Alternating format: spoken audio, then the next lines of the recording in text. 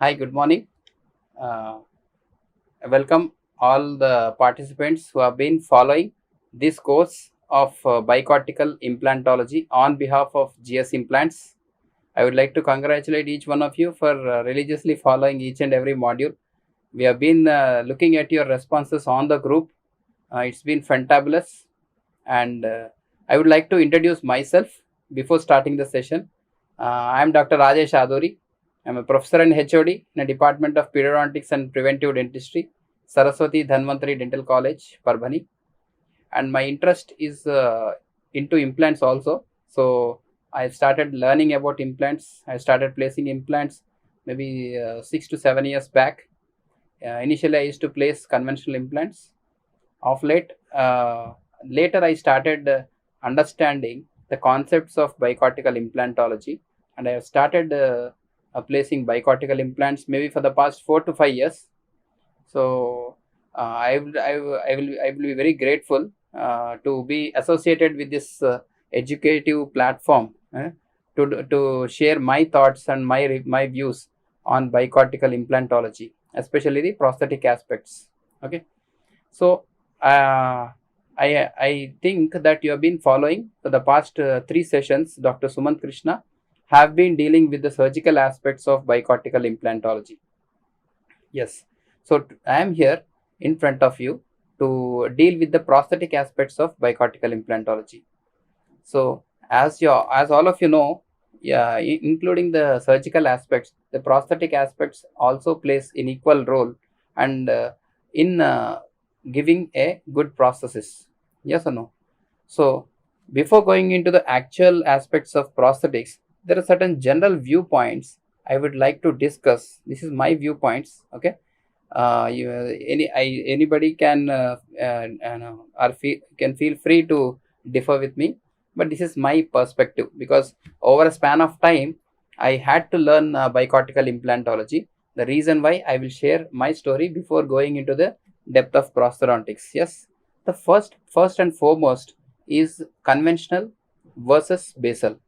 Yes, so most of you who have been listening to this video also would have had this question either in their practice or in their mind at some point of time. Yes or no? So people who have been listening about conventional, most of us, even me, and the initial parts of my practice used to have a negative opinion about basal implants. Yes or no? It is very natural. Don't worry. Yes. So today I would like to discuss about this point: this conventional versus basal. First of all, I would like to emphasize the term conventional. So, what is the dictionary meaning of the word conventional? Conventional which means which is commonly used. Yes or no?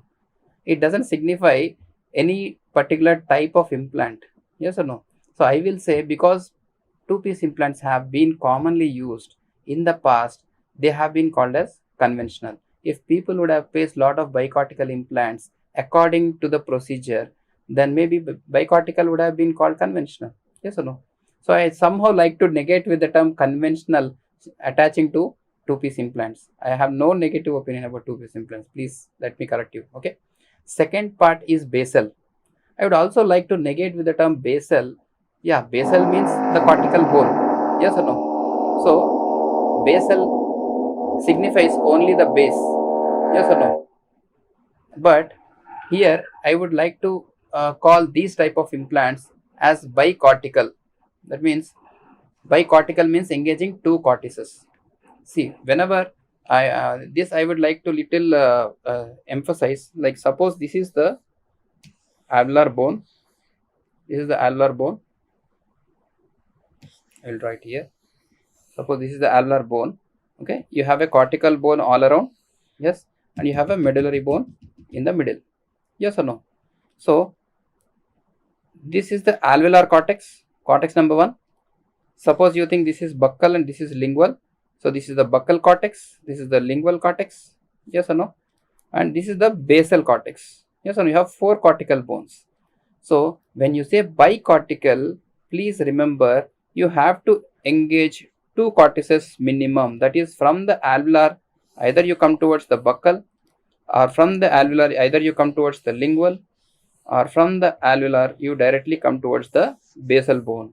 So minimum 2 cortices you have to engage. So this is the success of basal implants or the bicortical implants. So bicortical is a better descriptive term than basal implant.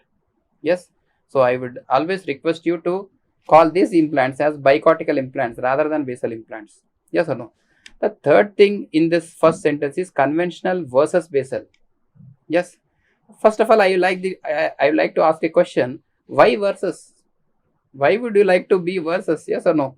See, anybody is free to use any type of implant.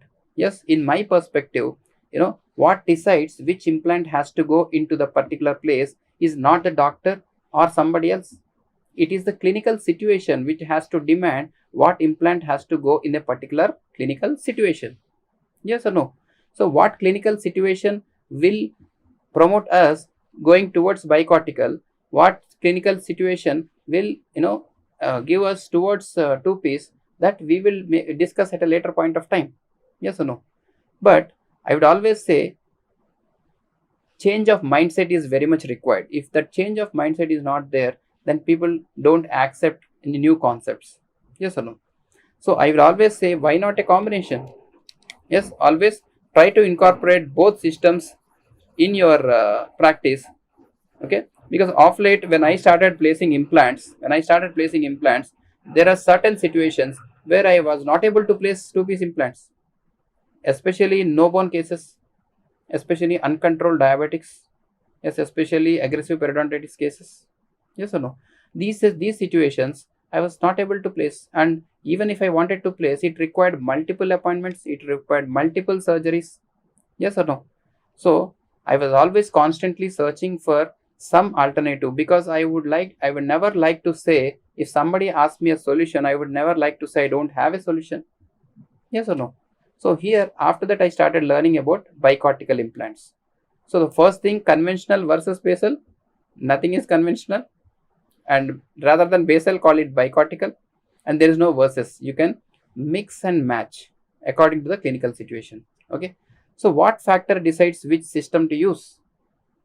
Yes or no? So this is the next question.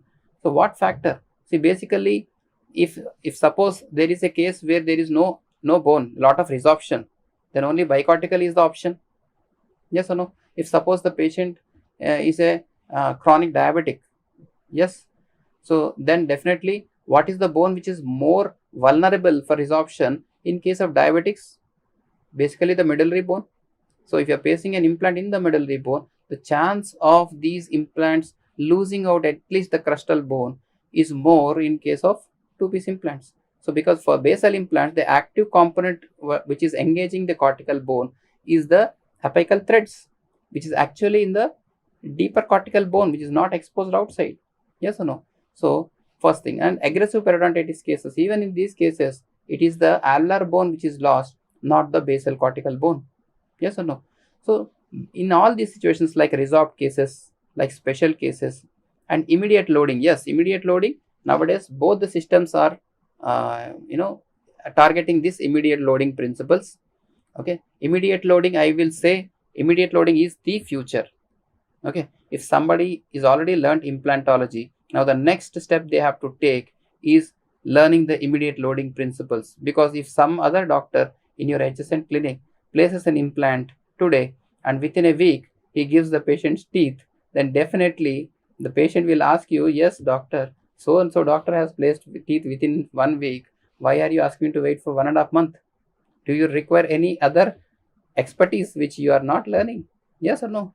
So definitely immediate loading is the protocol, but before loading implants immediately, you have to understand the immediate loading principles.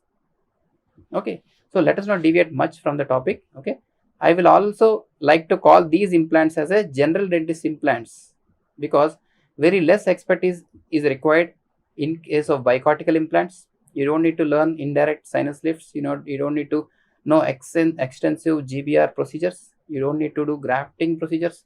So every general dentist can start placing these bicortical implants, and I will also would like to take little freedom and call them as an universal implant, because in each and every situation you can place these bicortical implants, which is not true in case of two-piece implants. Yes or no? So I will to emphasize this point, I would like to say a sentence that there is no ideal case for bicortical implants, but there are ideal cases for two-piece implants. Yes or no? So see, there is nothing like comparison here. We are only discussing the principles. Am I clear? Okay. And the last and important point is the implants don't fail. Okay. Most commonly, whenever somebody starts discussing about bicortical implant, they say, yeah, these implants pop out, these implants will fail. Yes or no?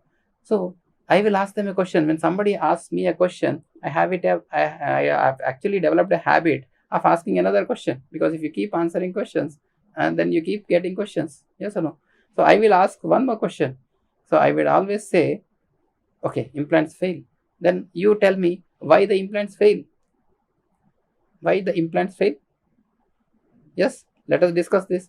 See, because in two-piece implant, if a implant fails, that means there is infection there, peri-implantitis, either an infected implant or infected site, or lack of osteointegration is called failure. Yes or no? But in case of bicortical implant, it is the torque which you get at the time of placement which will decide the, if you engage two cortices, if you get a proper torque.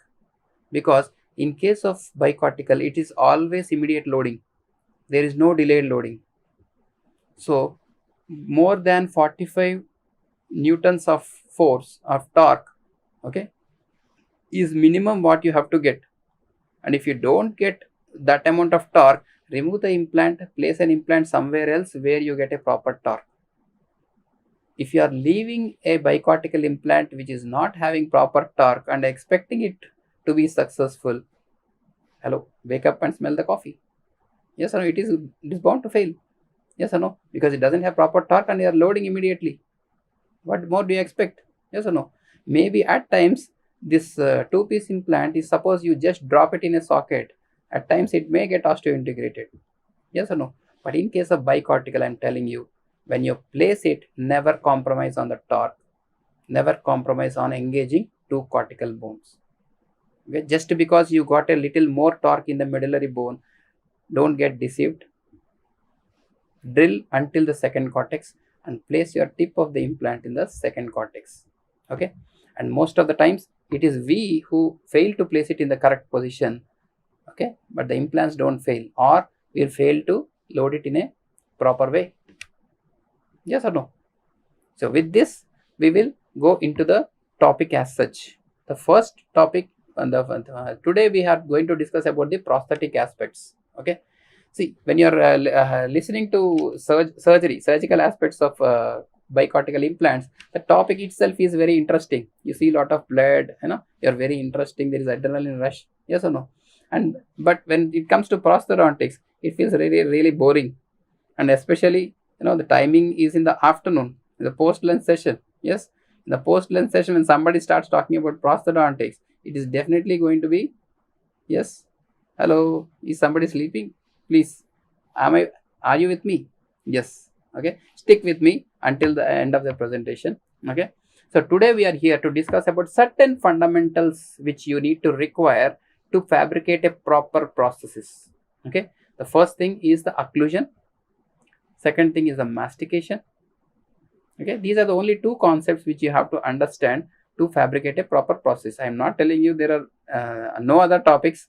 If a general practitioner understands these two concepts properly, then they can develop a proper processes. Okay, and later we will discuss what types of processes you can give with bicortical implants. Okay, in the next part we will discuss in detail, starting from the surgical aspects till fabrication of a proper processes, including impressions, including everything, bite registration, including the steps in fabrication of the process. Everything we'll discuss in the next part. Okay, let us go to the next part. Is, so there is a little difference between a prosthodontist presenting about the prosthetic principles and a pediatric dentist presenting the prosthetic principles. Yes or no? You might be wondering, what is this pediatric dentist doing here? Yes or no? See, when I learned implants, actually I learned from a BDS person. Yes or no? See, on behalf of a reputed company, I learned two-piece implants. When I went to the place where they taught me implants, it is actually a well-renowned, experienced BDS person. The first impression what I got in mind is, why did I waste my money? Why should I learn from a BDS? Yes or no? But I'm telling you, swear on God, at the end of the session, my opinion has changed. I'm telling you, because I thought it is because it is a BDS person, I could able to relate to him properly, because the terminology what he was using was targeting a common dentist. Yes. So this presentation is also targeting a common dentist, or even a BDS should understand the minimum principle, because if I make it simple, everybody will understand and try to follow. If I make it complicated, people try to skip it. Yes or no? Yes. Yes. So let us keep it super simple. Yes. So that is the principle. Next, coming to the implant supported processes, I would always believe that implant supported processes is a prosthetically assisted rather than surgically planned and prosthetically assisted. Do you understand this point?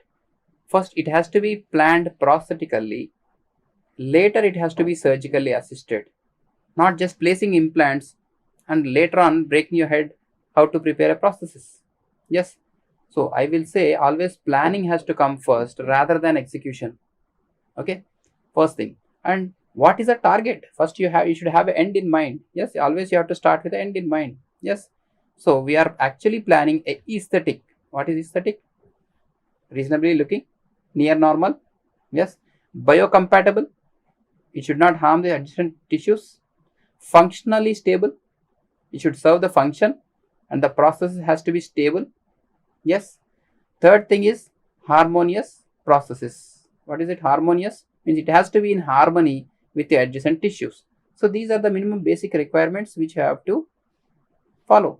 Yes or no? So if you go to the next part, is there any difference between a building and a processes what we are planning in the patient's mouth? Even a particular this thing is also building also has a foundation, okay, and a superstructure. Yes or no?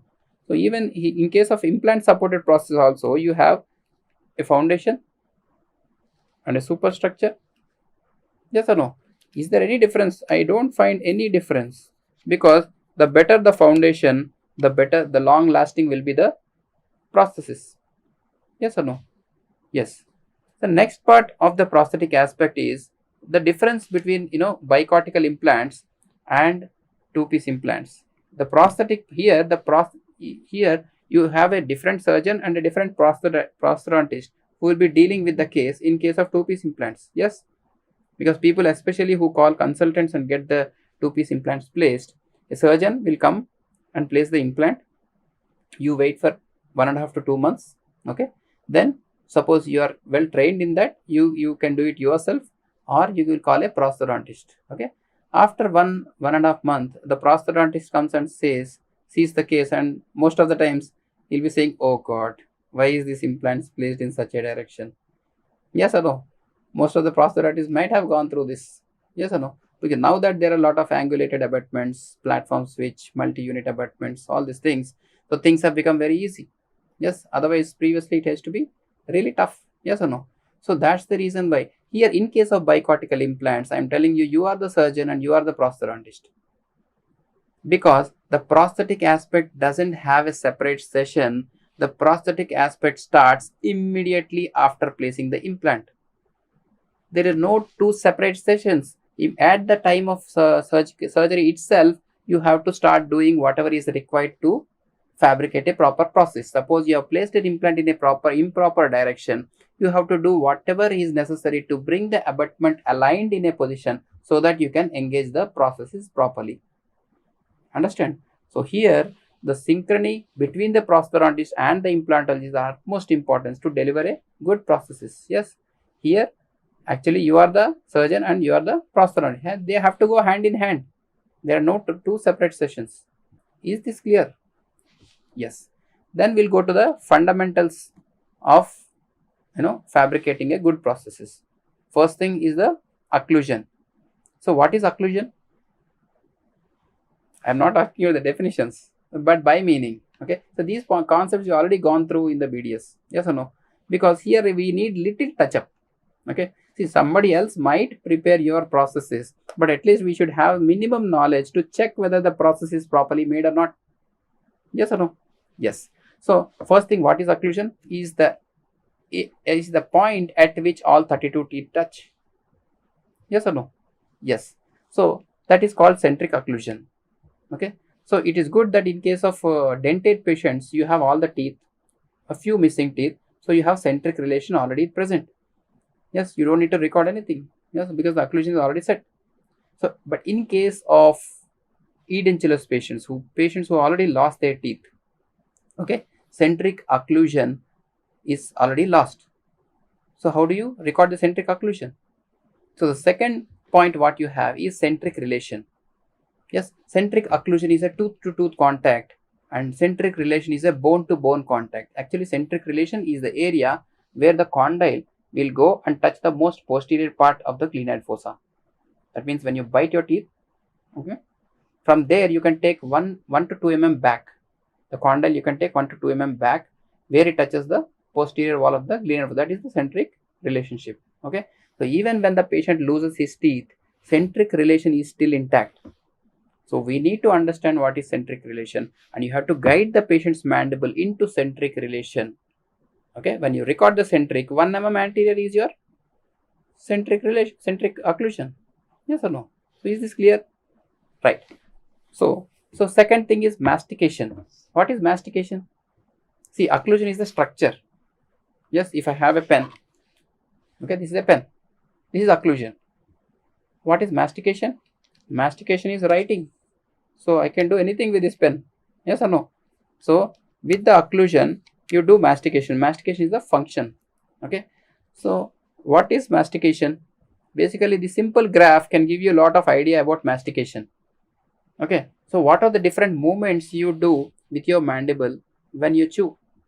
Basically, if you see, this is a Basal's curve where you have little few points. Okay. Like CO. What is centric occlusion? That is where all your teeth touch. All 32 teeth.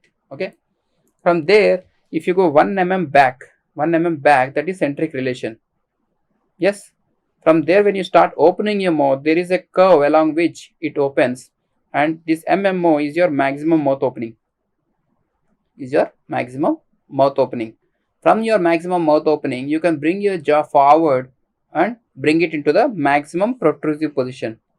From there, when you want to bring your mandible back, okay, it will touch the incisors, slide along the incisal edge, and then go back into centric occlusion. Yes. So in simple words, I will say these are the maximum movements of the mandible, maximum movements beyond which you can't move the mandible. Okay, but during chewing, you don't do these excessive movements. It is only this teardrop shape movements what you continuously do while chewing. Okay, so this is called the chewing cycle. So if you understand this in the chewing cycle, there should not be any interferences. So this minimum part if you can understand, then it is enough. So what is more important in case of bicortical implants? What is very important is bilaterally equal mastication. What is bilaterally equal mastication? Because suppose patient is having only till first molar on one side. Okay, he came to you, other side it is edentulous. Okay, and you start placing implants, and suppose you restore till second molar. Okay, so he will have more number of teeth on the side which he has more teeth. So eventually he will try to become a unilateral chewer. Okay, which is actually detrimental for the health of any implant. Okay, so most of the times the mastication should be equal on both the sides. If suppose you load it till second molar on one side, the second side also you have to load till second molar. Okay, first and very important. Okay, there are certain patients who say, doctor, first place teeth on this side. Okay, I will pull up money and get the other implants placed on the other side at a later point of time. Yes, you might have gone through this. But I am telling you, in case of bicortical implants, if you do this, you're spoiling your reputation. Okay, because if he is only chewing on one side, there is a lot of forces, lateral forces on one side, and definitely is going to affect the longevity of the implant. Always place implants on both the sides at a time. Okay. Second thing is anterior contacts. Suppose when you are chewing on both the sides, during the chewing there should never be any anterior contact. Okay. So anterior contacts are undesirable and risky in case of bicortical implants, because we are based on osteofixation, not osteointegration. So whenever you place an implant in the anterior region, make sure that when you are biting, when you are chewing, there should not be any anterior contact. Only simple two principles. One, equal mastication both the sides. Equal mastication both the sides. Okay. And no anterior contact. Yes. Is this so difficult? No, right? Chalo. Let's go to the next slide. This slide is already discussed what is centric occlusion, what is centric relation. Okay. Let us not go into the details. Let us come to centric contacts. See, when patient has teeth, these are the different types of contacts. Similar, what I would like to tell you in this picture is, in the maxilla, it is the palatal cusp which is the functional cusp, and in case of mandible, it is the buccal cusp which are the functional cusp. Okay, this fundamental also you have to keep in mind. Is this point clear? Let us go to the next. First is the anterior guidance. Okay, what is anterior guidance? Basically, it is the palatal aspect of the upper anteriors which guides the movement of the mandible or the teeth when it is in chewing. Okay, so you should have enough freedom between the upper anterior and posterior teeth in case of implant supported prosthesis. If you place them very close, then every day this implant goes and hits the upper implant in an undesirable and risky manner, so which may affect the long-term prognosis of the particular implant. Okay, so always you have to make sure that there is enough gap between the upper and the lower teeth. So the patient can bring his teeth in front and the front, he can bite with his front teeth. That's a different story. Yes or no?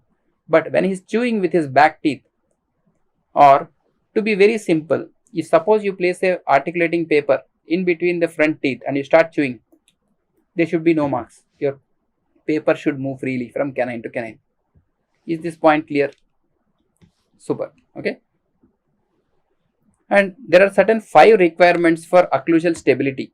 Okay. What is stability? Stability is whenever there is load, it should not move. Yes. So what is the best example of stability? Is a simple table. Yes or no? It has 4 legs. Yes, when it has 4 legs, it is properly stable. Whatever force I put on it, it is not moving. Yes or no? So Dr. Sumant would have discussed about a point called as polygon, supporting polygon concept. Yes or no? So this supporting polygon concept also will give an idea about giving proper stability. Okay. So these are the 5 requirements. If you follow, your processes will be rock solid. Stability you don't need to worry about. Okay. First thing we already discussed is stable contacts on all the teeth in centric relationship. Okay. In centric relation, both sides should contact equally. First point. Second point, anterior guidance is in harmony with envelope of function. That means when you're chewing, your front teeth should not touch. Okay. In any other movement, in any other lateral excursion, all the teeth should disocclude. Disocclude in lateral movement and protrusive. Any other movement apart from chewing, all the teeth should disocclude. 3 simple points. 1. Equal intensity of contact on both the sides. No contact with anterior teeth when you're chewing. And in any other movement, all the teeth should disocclude. Is it complicated? Are you with me? Yes? Thank you. So there are certain principles, okay, Dr. Mish has developed, which is called as implant protected occlusion. Implant protected, most of you might be knowing what is implant protected occlusion. Okay. So these are a set of 10 principles which Carl Mish has developed. Okay. Out of these, few principles are slowly losing its importance. Like previously they used to think that implant have to be loaded only axially. So now tilting of implants has been picked up into importance. Yes or no? So the first and foremost principle what Kalmish has said, and which is of paramount importance, is checking the occlusion before starting the case. Don't you think is very important? Yes or no? See, there are patients who are having unrealistic expectations. Yes or no? See, the moment you get a full mouth implant case in your clinic, what is the first reaction? Yes. Yes or no? Okay, no problem. Hide your emotions inside. But before you actually accept the particular case, okay, there are three important things which you have to check. Okay, first thing is the expectation of the patient. Check and keep the patient's expectation realistic. Second thing, check the occlusion. Suppose it's already the patient is having resolved ridges and already the jaws in a class 3 position. So don't promise such that I will give it in class 1. You can't give it. Maximum we can give is edge to edge. Yes or no? And check for the occlusion prior. Check for the occlusion prior, because if suppose there is a missing tooth in the lower jaw from quite some time, the upper tooth might have migrated down. You would have said that I would place an implant, but by the time you place a cap, you realize that the upper tooth has come down and there is not enough space. You keep trimming, and there is no abutment left over.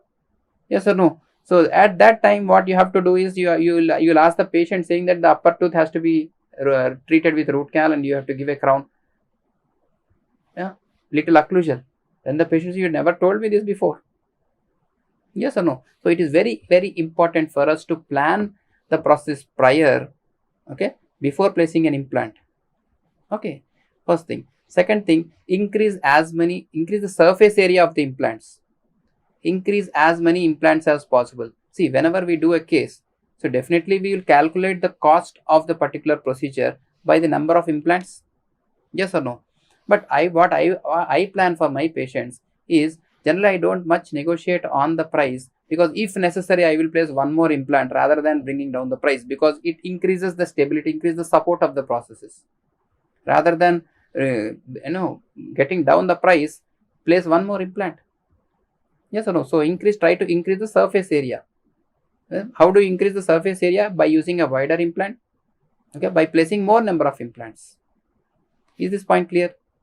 Yes. The next point is, axially loading the implants. So loading the implants axially, now it is slowly losing its importance, because in case of bicortical, where there is no bone above the edentulous area, we are forced to tilt the implant and engage a distant cortex, especially like pterygoid implant. Whenever you place a pterygoid, you can't place it straight. Yes or no? But tilting has its own advantage, because the area of bone which is taking the support or force is wider compared to the loading area. So tilting has its own advantage, and by tilting an implant, okay, so you are actually relieving most of the forces. So that we will discuss when we are discussing about the forces. Okay, so these are certain principles given by Kalmish. Okay, so if you follow these principles, we can give a proper processes. First thing is planning before starting the case. I told you three things which you have to see before starting this. Check the expectation of the patient, check the relationship of the jaws, okay, and also check for the vertical dimension, VD, because here VD is very important, because what type of teeth you want to give to the patient is depend upon the vertical dimension. If suppose the patient is having very less vertical dimension and you promise the patient that I will give an overdenture, there is not enough space for you to place an overdenture. Yes or no? So I never promise the patient that I will give this type of processes, because I am a better person to decide what is good for him. Yes or no? So always decide these three things you have to check. First is the patient's expectation, second is the jaw relation, and third and important is the vertical dimension. So first make the patient sit, check these things. Based on that, you talk to the patient. Clear? Okay. Next. So what are the basic aims of designing implant processes? First is protect the implant. Protect the implant, whatever we place has to protect the implant host interface. The processes has to protect the implant host interface. It has to maximize the occlusal function. Okay. It has to minimize the harm to opposing and adjacent structures. It has to minimize the risk of fracture of implant superstructure, whatever is the denture. Okay, and it should also reduce the risk of fracture of the implant and its connecting components. So these are the ideal requirements of a implant protected prosthesis. Yes, let us go to the next. See, now we will see 3 or 4 scenarios, okay, and we'll end this session. First thing is, see, whenever you have different clinical situations, right? At times you have the full set of maxillary teeth and you have to fabricate a implant supported prosthesis. See, first you have to understand that the teeth what you give on implants are not exactly replicating the natural teeth. Please keep this in mind. Okay, they don't have such a sharp cusps and such strong slopes. Yes or no? Because another principle what Kalmish has said is reduce the load.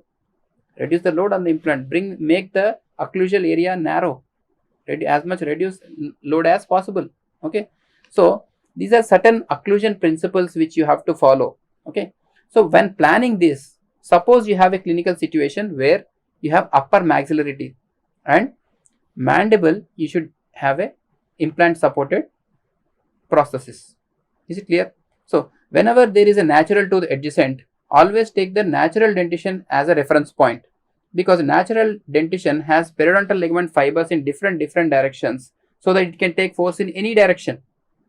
Yes or no? So I am taking the upper maxillary teeth as a reference point. So for the maxillary tooth, the parietal cusp is the functional cusp. Yes or no?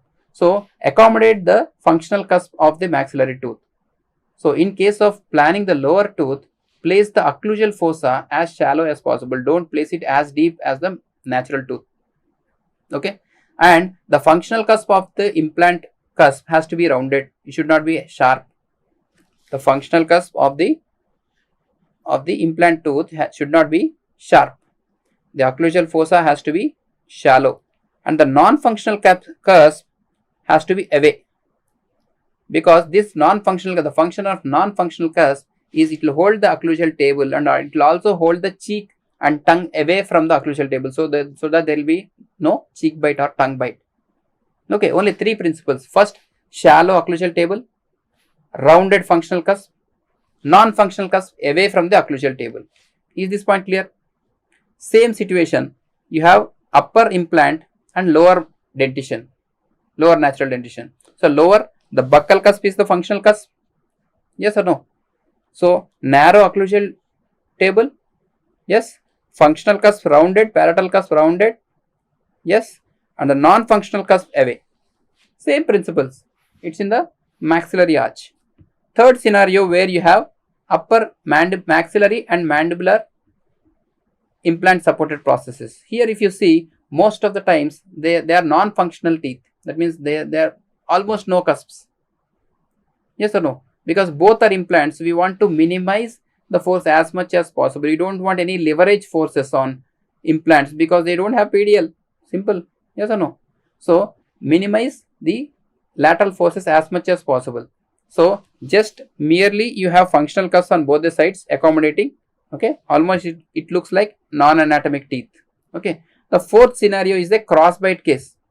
In case of maxilla, the arch gets resolved and becomes smaller, and in case of mandible, it resolves and becomes into a class 3. In such situation, simple, the functional cusp will become non-functional and the non-functional cusp will become the functional. So the upper buccal cusp will become the functional cusp. Okay, simple. Lower tooth you have to take as a reference, because the mandible you have natural tooth. The mandibular lingual, which is actually non-functional, will become functional now. So flat occlusal table, narrow or rounded functional cusp, and non-functional cusp away. Same principles, but it will become opposite because it's a crossbite case. Yes, is it very hard to understand? So you might be thinking, sir, why we have to learn about all these things? The lab technician will take care of all these things. If he doesn't take care and a prosthesis comes to you without following these principles, just articulating paper and the spot on the tooth will give you a hint saying that, brother, if you don't take care now, then there can be lateral forces on the implant. Yes, super. So next comes the forces. So what is a force? Basically, whenever you put some force on a surface, okay, perpendicular, okay, the entire force get transmitted onto the surface. Yes or no? Yes. So this is the best way to load any surface is perpendicular. But not always we can load the surface perpendicular. If suppose whenever you put a force at an angle, immediately it will get divided into two vectors. Yes or no? So this vector which is along the surface will not affect the surface. Only the part of the vector which is perpendicular to the surface will be absorbed by the surface. Okay. So what does that mean? If you place an implant in a tilted position, okay, if suppose you put a force on a tilted implant, the entire force will not be transferred onto the bone. Yes. So don't you think it's a physical advantage? Good physics? Yes or no? Because you are putting so much of force, but it is giving a shock absorber effect and it's not sending the entire force onto the bone. Yes or no? So that is one of the reason why tilting has come into practice. Is it clear? Yes. So coming to next is the ideal requirements of the processes. What are the basic ideal requirements? First thing is it has to serve the function. Yes. And it should be long lasting. Yes. And it should serve the aesthetics. When the patient bites, it has to be comfortable. It should be biocompatible and it should protect the surrounding structures. Simple. Yes or no? So what type of processes can we give? Okay. See, any type of process you can give a bicortical implant. You can give metal ceramic, you can give MLS, you can give zirconia, okay, or you can give hybrid processes, okay, with framework. We will discuss about what different clinical situations where you can give different process, how to decide which processes is good for a certain particular case. Okay, we will discuss in the next part. Okay, so with this I would like to conclude. There are only few principles we have discussed today. Okay, don't think that there are no principles in prosthetics. Okay, next session we'll also discuss about the different steps in fabrication of a good processes in case of bicortical implants. Okay, to summarize, okay, first thing is occlusion, centric occlusion. So we'll start with the patient. Suppose whenever a patient comes, you have to three things you have to keep in mind. First is check the patient expectation, check the jaw relation, check the vertical dimension. Then you will get an idea what kind of processes you can give to the patient. Yes. Second is understand what is occlusion and what is mastication. In case of mastication, we have only two important points: bilaterally equal mastication, no contact, no anterior contact while chewing. When you design teeth on the prosthesis, simple is maxillary, palatal cusp is the functional cusp, mandible, buccal cusp is the functional cusp. Yes or no? Whenever you have opposing natural teeth, take the natural teeth into consideration. Okay, the opposing cusp has to be almost rounded. The implant crown will have a more rounder cusp compared to the natural tooth. Okay, in that also you have three principles. First, shallow occlusal table, rounded functional cusp, non-functional cusp away. Clear? Yes. And regarding tilting are the principles of mesh. Yes or no? So with this I would like to conclude this brief session. Okay, any questions, please post it on the group, and then the next session I will make sure I answer all your doubts. Yes, thank you very much.